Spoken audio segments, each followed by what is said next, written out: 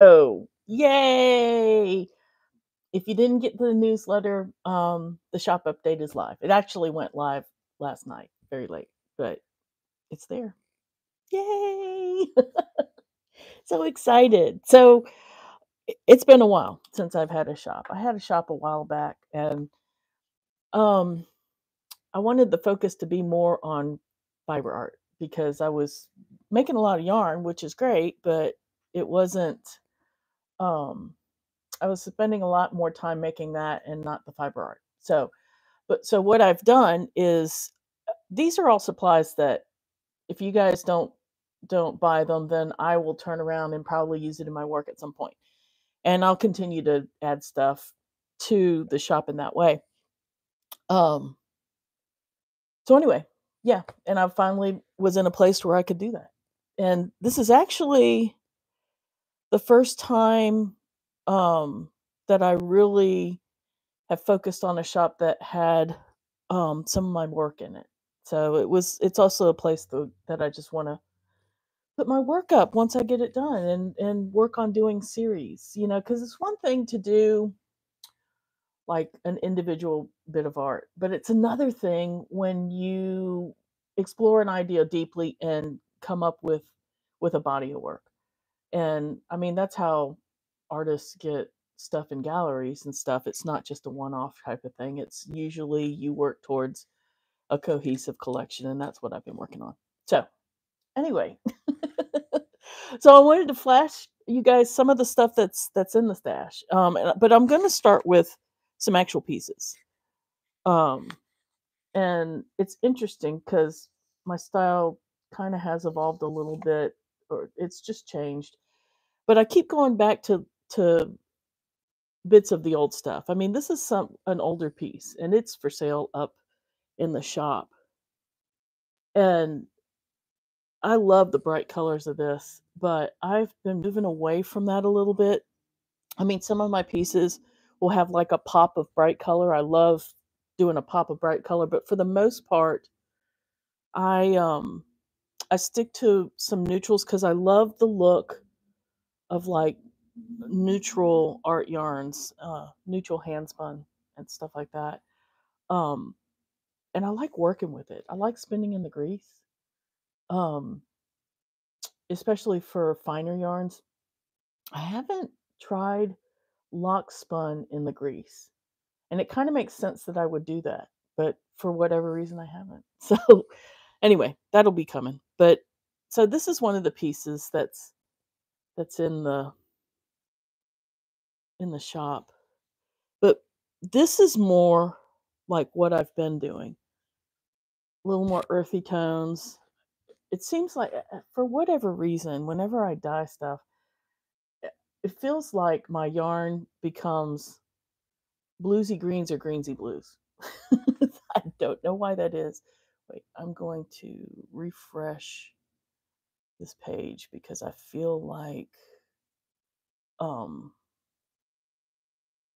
I feel like I'm not seeing comments.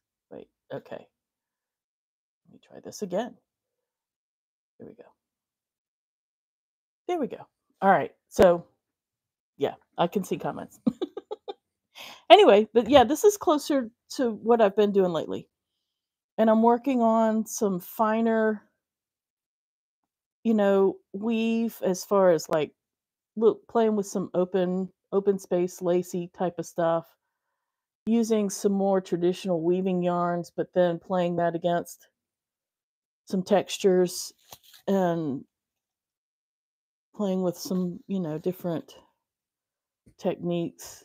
Now I have a class that shows you how to do this classed weft. Um, and I'll fix the link. It's not the course craft class, it's a teachable class. But if you go to my website, it should link you to the classes there. Anyway, so this is a more recent piece. Wait, that might be the backside. Because this is the fun part, the texture, little bits of texture here and there. So anyway, this piece is for sale as well. I love this piece. Part of me wanted to keep it, but a part of me thinks it needs a home. So anyway, so I'm working on.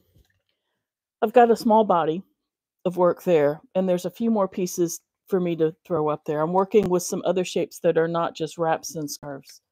And that's what I think the focus is going to be this year as I do a capsule wardrobe and work with ideas for taking the art, weaving, and making something wearable out of it. All right. So the other thing that I have up, and I didn't put this in the newsletter because these were part of the like a I guess a soft open of my shop. I have these like hangers, and I don't know. Um, there's a picture that shows where I sew my weaving onto this, and then attach, either a interesting string or just a little wire bit up here. And this is an alternative to hanging your weaving on a stick.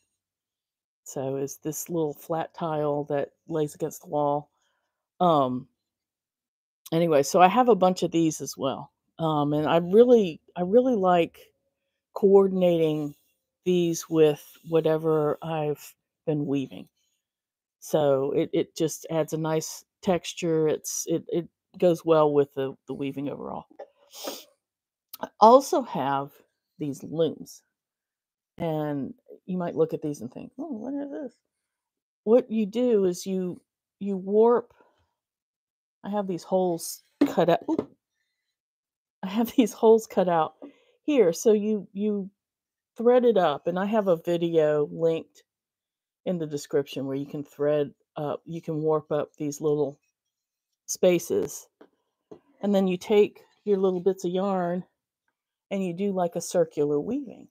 So this has two spaces, um, but it's a really fun way. It's almost you can do this like in an afternoon, and it's a fun way to make fiber art, and then it doesn't take that long to weave something up like this, and then I have holes in the top where you can either, do some interesting string or a little wire wrap, however you want to see fit to make a hanger or just hang it directly off of some nails and put it on the wall.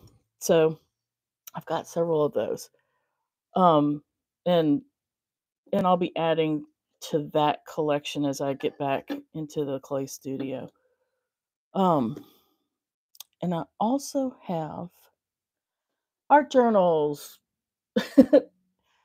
Y'all, when I was a graphic designer and I used to help make mock-ups for for clients, and I started to fall in love with like bookbinding at that point because there was a couple of instances where we, designed this handcrafted, you know, uh, it was like a photo album, and I toyed with going and getting a bookbinding master's, but didn't do that. So this is like an old cover that I have taken apart, and actually a friend of mine gave me this set. But she had taken it apart. But I'm doing similar with books that I find at the thrift store.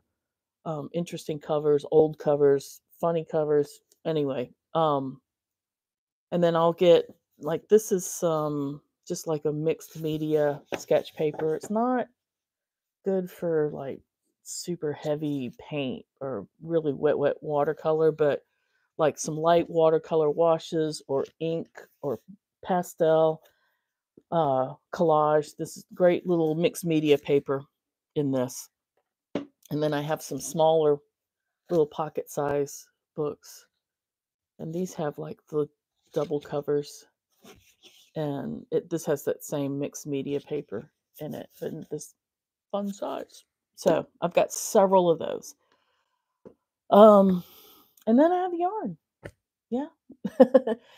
I don't have art yarn in there right now. And I've got some bats carted up, and then I've been focusing on getting things pulled together at the shop back up and the studio back in place. But uh I need more art yarn for myself and as well as for that I can put into the shop. So That's coming. But in the meantime, I have things like just this two-ply hand spun, which is still fun. I mean, I made an entire big wrap that I sold in Taos. That was it was like it was actually bigger than this one. I mean, this is a good like an oversized scarf or like a shawlette. But I had another big one that was primarily made with two-ply hand spun that came out really, really fun. So I've got a bunch of this kind of yarn. I also have some that are left neutral. This was a Mottadale, I believe. I'm not 100% sure, but the farm wool that I processed, and it had a lot of variations within that wool. So this one, this is one type of sheep. And then this one, I believe, was a tricolor fin. I could be wrong. Um, but it's really soft. So it's soft like a fin. And I was holding aside a tricolor fin and testing it out for the sweater in my capsule wardrobe. And it was just too variegated. So I ended up doing some more blending until I found this beautiful gray fleece. And that's almost blue. It's gorgeous. I found that in Taos this year. So I'll be using that for that sweater. But anyway, this is a fun skein. And I like, this is the type of thing that I think I put it in. Was it eight? It might have been in the other one. Yeah, sometimes, I mean, even though it has this it's very barber poled, but it's a fun texture. And then have like a screaming pink or a screaming blue popping out texture in your weaving, that would be a good one. And then I've got some finer yarns now. This is a big skein. This is like, I think this is alpaca. Yes, this is alpaca. It's a big skein, but it's somewhat it's kind of on the finer side. Um, there's like there's more than 6 ounces. This is just a little over 6 ounces of this. So there's a good amount of that. And then these two actually, I believe, were from the same roving, and I ended up getting two skeins out of it. Um, but they're sold separately in separate listings because the yardage one is 298 yards and the other is 184 yards. So anyway, so that's what's been in the shop, and that's what I've got. Some other stuff ready to go for the next update, which will be the first week of May. Um, I mean the launch will be. I might end up. I don't know. I'm still trying to figure out the how I'm going to list them. I did figure out once a month having an update, but I'll probably just like save it up and post everything at once, and we'll see how that works. Um, and if that doesn't work, then I'll post it as I produce it. But I'm still figuring it out. Yeah, as a matter of fact, there's I've got to fix this weekend a glitch with if you order multiple items, the shipping gets kind of this. I haven't figured out how to get the shipping to consolidate. So um, most of the stuff is free shipping, but if you're ordering things like this, I'm having to add more in the shipping. Hey, Faith, I'm having to add a little more in the shipping just because I have to pack it to make sure it doesn't break. So that takes a little more product and time.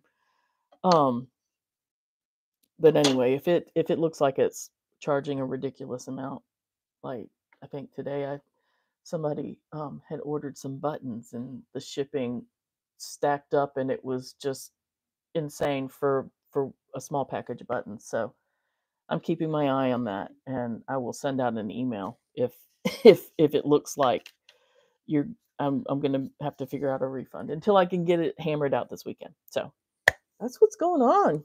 Yay! That's my Friday. That's the shop update. Yay! And it feels good. It feels good to have a place to put my work up because that's another thing. There's a there's a book. Austin Kleon is author who wrote the books Steal This Art, Steal Like an Artist. I think that's it.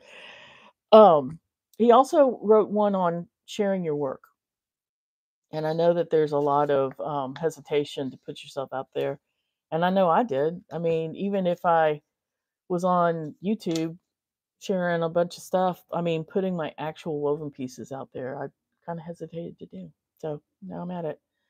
Um, and also, it kind of helps me thinks in terms of more cohesive because it's really easy to get all over the place with your piece. But my ceramics teacher had told me to if you have an idea, a creative idea, to don't be afraid to explore it deeply and just keep making some of the same things with little tweaks, and then you have a body of work. So, and it's true. I mean, if you think about, like, if you go to a craft show or even just a gallery, that when you see a body of work from an artist, that a lot of times there's it's a lot of the same type of thing, just a little different, but they're exploring that idea deeply. So I figured too, since I find myself kind of going towards clothes, that a capsule wardrobe is a way to explore things deeply. So anyway, next week I'll share with you, and I'm going to write this down so I remember. Excuse me. I'll share with you guys the sweater that I'm the sweaters, two sweaters that I have for this capsule wardrobe. And one of them is already made that I've been wearing, and I didn't even really realize that I had already set the intention of including that sweater. And the other one's in progress. And I've kind of stopped working on it a little bit just because I have to rip back a second cable panel, and I've been putting it off. And I ripped back one cable panel and I posted that on Instagram and Facebook, and it was quite a feat. But I did it. It's done. And this one's not as bad. It's just wider. It's not as deep, so that's not as scary. But I'll get it done. Yay! Your woven pieces in this update are fabulous from Faith. Thank you, Faith. Hey, bee lady, capsule wardrobe. Yes, yeah, I know, right? So I'm working on. Let me show you this piece. This this is my dress form. Well, if I could get it over here without breaking things. Well, okay. Can you see this? This is my this is my dress form that I'm pulling together. I had to pad her up because her ass was not as big as mine. But see, these are some pieces that I've been working on. This is like a linen towel or something. And then this crochet bit up top. And I'm kind of playing with how this could be like a pinafore or a little top or an apron or a vest or something. Anyway, I'm kind of piecing that together. And then I've got another piece of fabric that's similar that I'm putting together, but I might hand crochet this top part.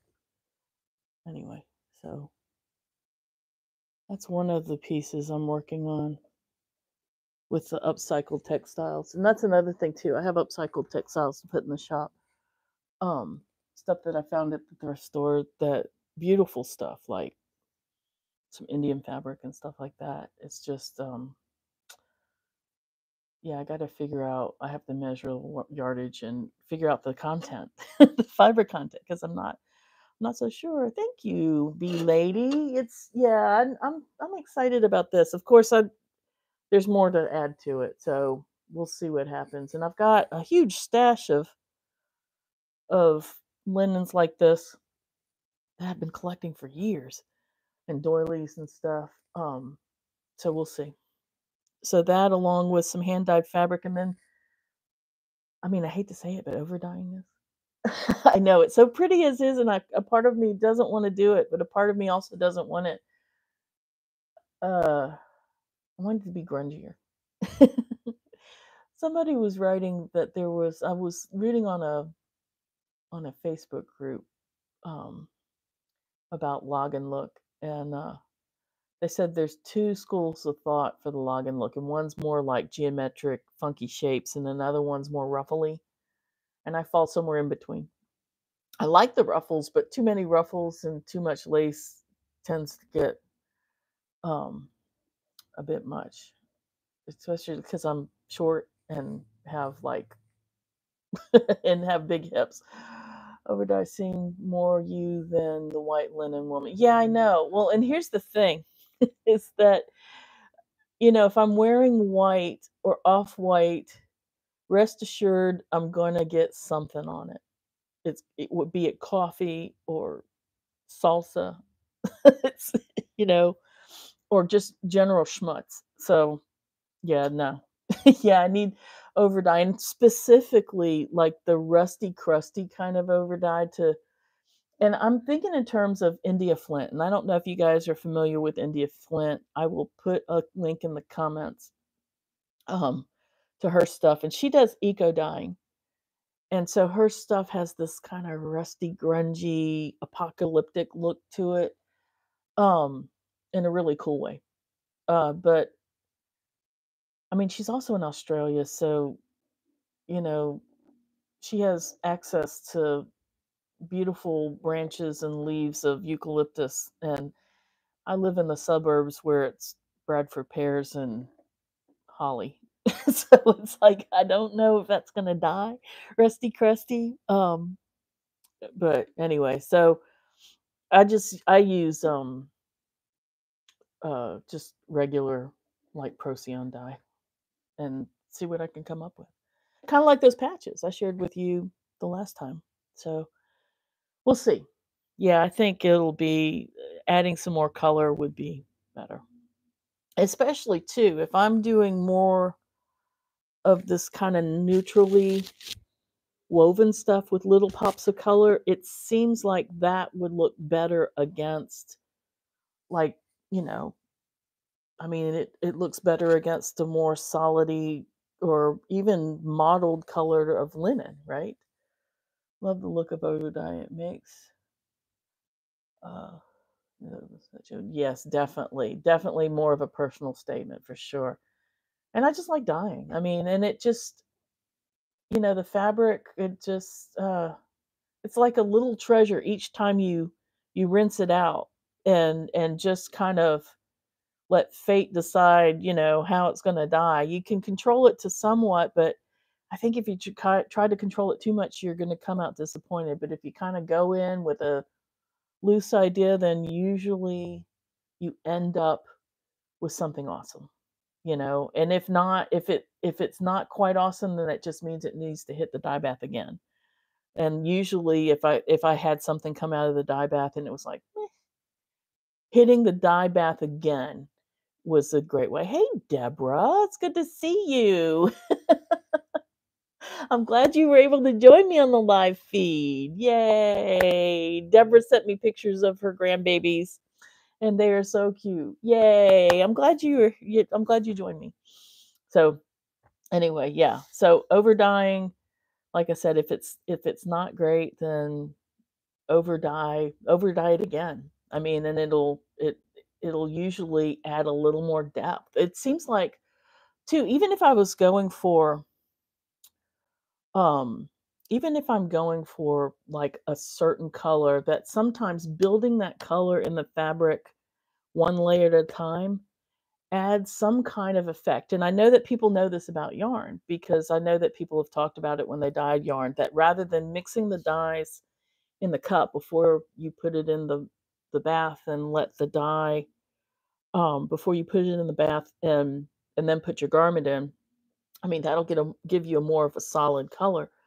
But if you dye your fabric once and then in one layer of color and then pull it out and then dye it in the next color, mixing it in the layers instead of mixing it in the cup and the dyes, then you'll get a little more of a, I don't know, there's something about it. It's a glowy effect because it's not going to strike so evenly, and you can even do it with less water, and that'll make it strike less evenly. So anyway, Maybe I'll have to have a dye lesson. I did do a dye video. It's not my best video because I couldn't figure out how to do it that live at the time, horizontal instead of vertical. But I'll have to pull that together. Yes, yes, B lady, yes. So doing some dyeing, and maybe we'll just do it on some little patches because that's what I've been working on is the patches that I think will be great. I put one on top of a dress that I had, that one of the ones that I showed you guys, and I love the look of it.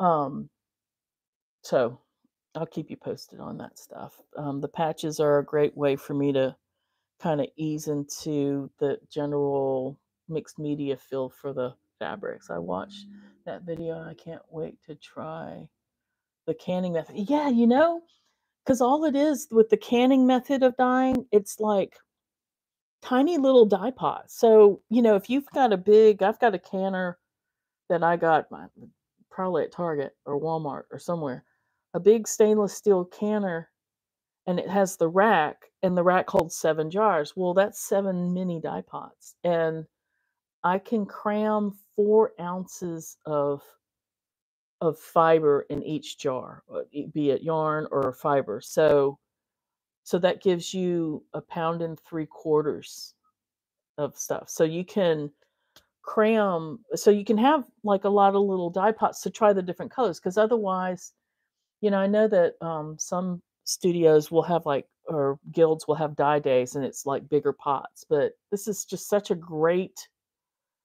um, this is such a great way to do like little batches, and a lot of times, especially for freeform spinning and weaving and stuff like that, you don't need like a big sweater's worth of one color or one yarn.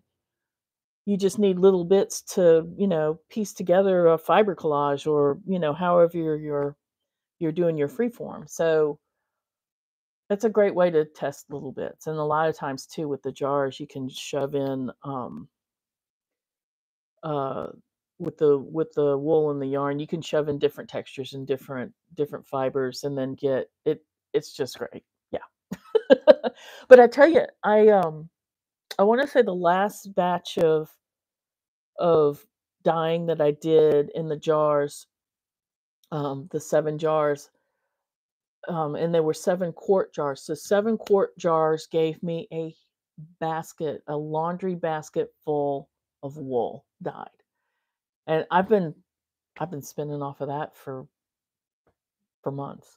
So yeah, it's a great way to get a lot of fiber fast. And yeah, and cramming it in, because you look at it and you think it's going to be a muddy mess, but it just the way that it's like a low immersion, so the fiber doesn't have a lot of room to dance around in the dye and get evenly dyed. It's crammed together, and so you're going to get some fiber resisting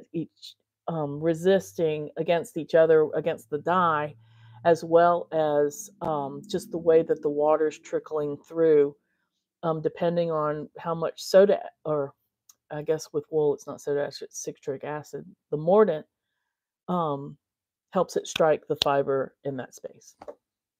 Anyway, that's the technical bit. So there it is. Yay! You got so much depth in those. Yeah, I know, right? It's a really fun way to dye. And it's really, I haven't tried it though with fabric. And and it's different because with dyeing wool and dyeing cotton and linen and is totally different. But I have some silk that I could test. I did test it with some silk, and it came out interesting, but I need to over dye that piece, and I've had it for years. I did this huge silk scarf, and it was interesting because one end is a completely different color than the other end, and not in a way that I think it goes together. So I need to over dye or do something. Um, and I've just kind of been sitting on it for a while. But silk, especially, um, gets really sharp edges when you do that kind of crinkly dye. So very interesting. Anyway, fun stuff. I love dyeing, and I haven't done much of that on this channel, really.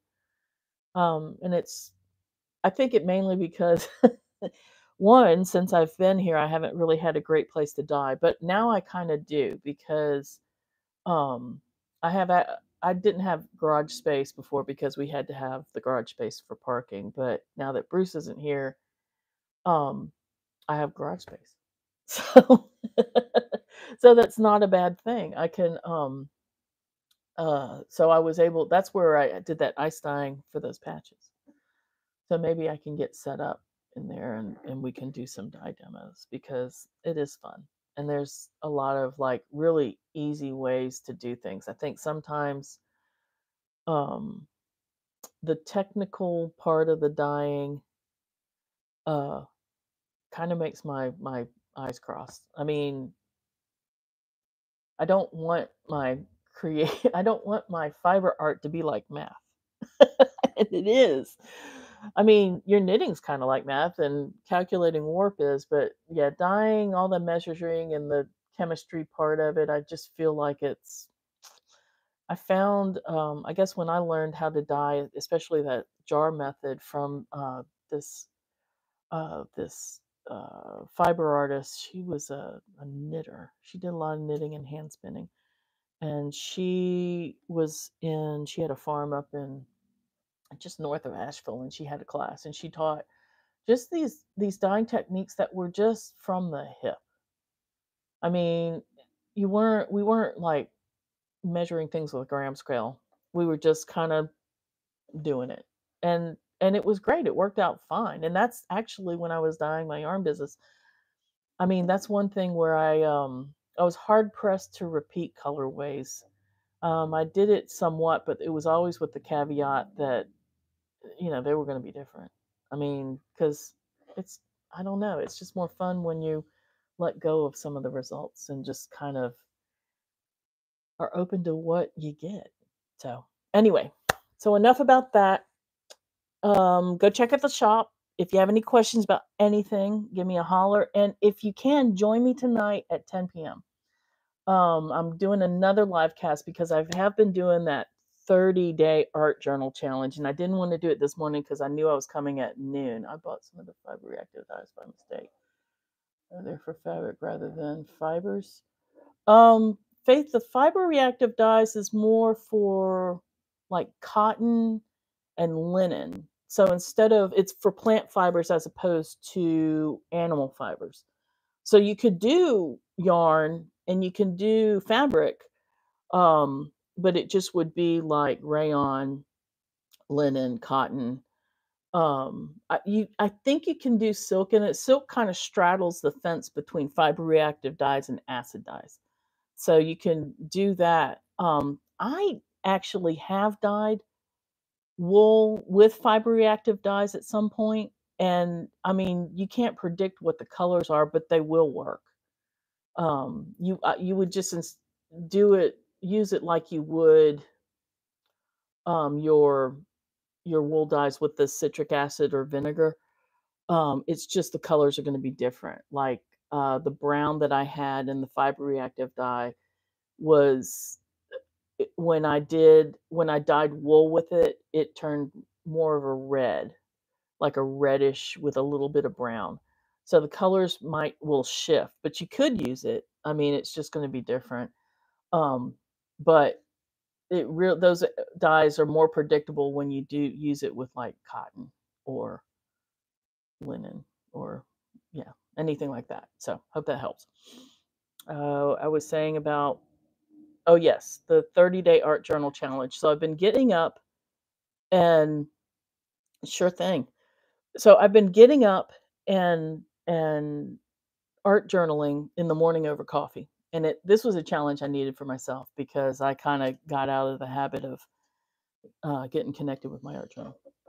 So this is a challenge for myself, but I invite you guys to join me over coffee. You can either art journal or you can watch me or whatever. Come ask questions, just come hang out with me. But since I was going live today at noon, I didn't want to do one this morning.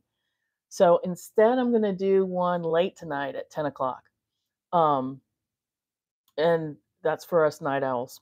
because getting up early, like the one that are you doing? Yes, I'm doing jelly plate prints, definitely. And I'm gonna do jelly plate printing tonight. So it's a jelly plate printing party. And I'm also hoping I'm gonna practice on the, like I do it on my book pages first. But then I'm gonna test out doing it on fabric. Now I've done some jelly plate printing on fabric before with my Weavers Guild. I just um haven't done it where I mix my regular acrylics with this additive that I got.